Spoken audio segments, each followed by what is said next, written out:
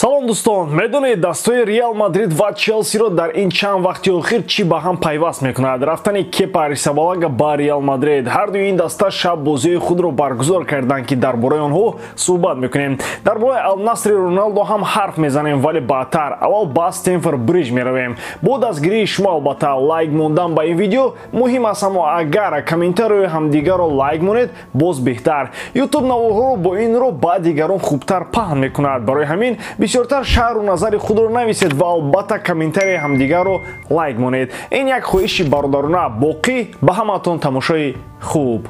Дӯстон, имрӯз як қатор бозиҳои ҷолиб дар топ 5 чемпионатҳои аврупоӣ мегузарад ва шумо метавонед ҳама ин рақобатҳоро бо сарпарасти видеои мо ширкати 1x бозам ҷолибтар гардонед, чунки дар он ҷо регистратсияи осон, пур кардани маблағ аз тамоми гӯшаву канори дунё, вале аз ҳам муҳим бонус то ҳаҷми $100 дар аввалин пардохт бо промокоди AMG 0777 ссилкаи бозӣ дар комментарияи ин видео.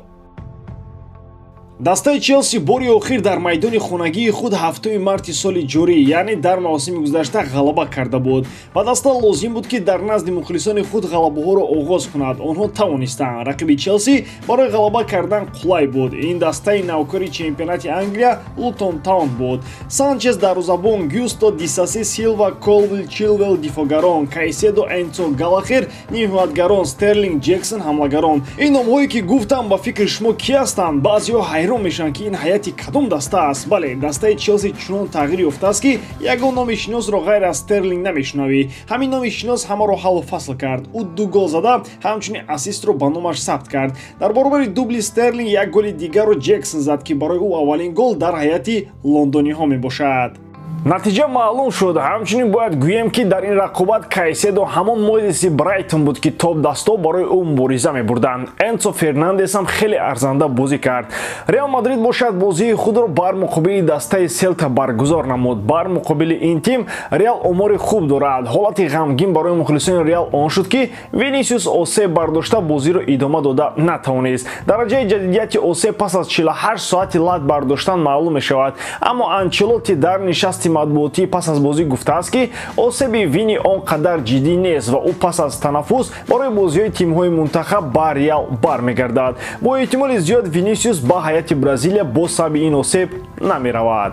Дар қисми якум Хоселу гол зад, аммо он ҳисоб карда нашуд. Сабаб офсайд буд. ҳодисаҳои аз ин муҳимтар дар қисми дуввум рух доданд. Родриго пеналти кор кард ва онро худаш зад, ва аммо ин ҳолати беҳтаринро бо гол анҷом надод. Анчелотти пас аз бозӣ ишора кард ки пеналтиро бояд Модрич мезад. Ман намедонам чӣ рух дод. Родригоро Ҷуд Беллингем наҷот дод. Ин футболбоз дар бозии сеюм пайопай ба задани гол даст ёфта истодааст. Танҳо Криштиано дар оғози фаъолияти худ дар Реал чунин омор дошт. Ҷуд аллакай 4 гол дар Реал дар Ла Лига дорад ки ин баробар ба азар аст ки дар 54 бозӣ зад. Ҳамчунин Беллингем боз беҳтарин футболбози рақобат эътироф шуд. Акнун ба Арабистон меравем. Криштиано Роналдо маззаи голҳоро боз пайдо карда дар ҳар бозӣ гол мезанад. Криш ба мисли солҳои беҳтарин дар Реал бозӣ карданаш дар ҳар рақобат гол дорад. Шаби гузашта дастаи Ал-Насри Роналдо дар доираи чемпионати Арабистони Саудӣ бо дастаи Ал-Фат бозӣ дошт. Криштиано аллакай то дақиқаи 55 ба номи худ 2 голу 1 ассист дошт. Ассисташ ба Садио Мане хеле зебо буд. Бо пушти пой ё ба истилоҳ бо пятка тӯбро ба ҳамдастаи сенегалии худ дода, Мане ҳам ин паси зеборо бо гол анҷом дод. 2 голу 1 ассист барои Роналдо анҷоми кор набуданд. ӯ дар идома боз як голи дигар ҳам зад. Соли 2023 ҳамчунин ҷараён дорад, аммо Криштиано гол заданро бас накардааст. Ин мардаки 38 сола хетрик кард. Барои Роналдо ин хетрики 63-юм дар карьераш мебошад. Ал-Наср бо ҳисоби 5-0 дастболо шуд. Хетрики Роналдо ва дубли Садио Мане пирӯзии Ал-Насрро таъмин карданд. Ҳамаи инро мо метавонем бо иштироки Роналдо дар душанбе бинем ва метавонем ҳамчунин набинем. Гап сари сабзаи сунъии варзишгоҳҳои кишварамон мебошад. Яке аз коршиносони соҳа Дамир Камолиддинов дар ин бора ибрози андеша карда чунин фикрро баён кард. Гап сари он меравад ки Роналдо ба саломатии худ диққати ҷиддӣ медиҳад. Бо сабаби сабзаи сунъӣ ӯ метавонад аз рафтан ба Душанбе худдорӣ намояд. Ал-Наср метавонад бе ситораҳои асосӣ ва бо ҳайати дуввум ба Тоҷикистон ояд.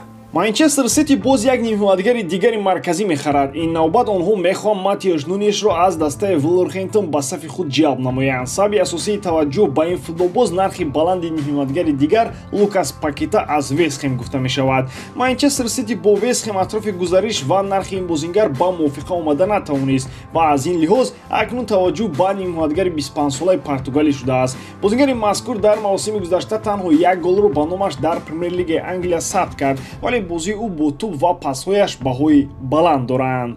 Агар шумо бозии даври якуми чемпионати Англияро бо иштироки Вулверхэмптон ва Манчестер Юнайтед тамошо карда будед, он ҷо бозии Матиё Нунеш ва моҳорати ӯ баръало маълум аст. Манчестер сити барои ҷалби ин футболбоз ба Вулверхэмптон 50 миллион евро ҷамъи бонусро пардохт кардани ҳастанд. Тибқи хабарҳо, Ман Сити бо нимҳиматгари португалӣ аллакай шартҳои буду боши ӯро дар Манчестер баҳс карда, ӯ розигии худро барои гузариш додааст. Сердар Азмун футболбози эронӣ карьераи худро дар дастаи Рома ва зери роҳбарии Жозе Маурино идома медиҳад. Ҳамлагари эронӣ дар пойтахти Италия як сол дар аренда хоҳад буд. Агар Рома хоҳиши харидани Азмунро дошта бошад, бо нархи 12 миллион евро Байер Ливеркузен ин футболбозро ҷавоб медиҳад. Яъне римиҳо ҳақ доранд ки банди харидани ин бозингарро истифода баранд. Аммо аз тарафи дигар, агар дар Рома ин бозингар ба задани голҳои бешумор оғоз кунад, пас Байер ҳақ дорад ки ӯро нафурӯшад. Гуфта мешавад ки занги телефонии Жозе Маурино дар масъалаи гузариши Сердар ҳалкунанда буд. Ба Азмун чанд пешниҳоди хуб буданд, аз ҷумла Зенит кӯшиши баргардондани ӯро карда буд, вале ҳамлагари эронӣ ба хотири кор кардан бо Жозе аз ҳамаи пешниҳодҳо даст кашид. Рома дар ҳар бозӣ имкониятҳои зиёди голзаниро ба вуҷуд меорад, аммо дар истифодаи онҳо ҳамлагарон ҳамеша хато мекунанд. Белоти ва Абраҳам шумораи зиёди ҳолатҳои хатарнокро барбод медиҳанд. Сердар Азмун дар мавсими гузашта дар ҳайати Байер 4 голу 1 паси голӣ ба номаш сабт намуд. Ба ҳамин тамом, бори дорам ки эҷодкории ман ба шумо писанд меояд. Лайк, комментария ва дар канал обуна шуданро аз ёд набароред. Бо шумо мисли ҳар вақта Муҳаммад Гайров. Хай бародарон, дар паноҳи Аллоҳ.